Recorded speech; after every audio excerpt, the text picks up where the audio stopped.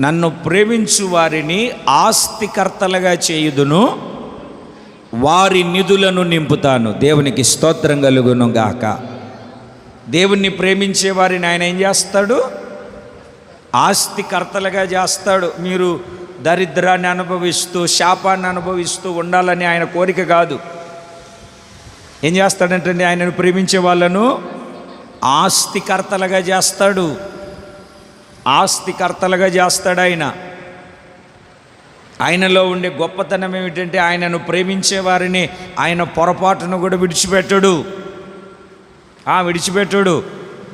సాలని కూడుతో, కప్పుకున్న సలితీరని దుప్పట్లతో, కట్టుకున్న ఇంటిలో ఏమిటండి ప్లాస్టింగ్ లేక, సున్నాలు లేక, ఏమిటండి ఎంత పని చేసినా కలిసి రాకుండా, అయ్యో అదో పాతాళానికి దిగిపోయి నా కర్మ అనుకుంటూ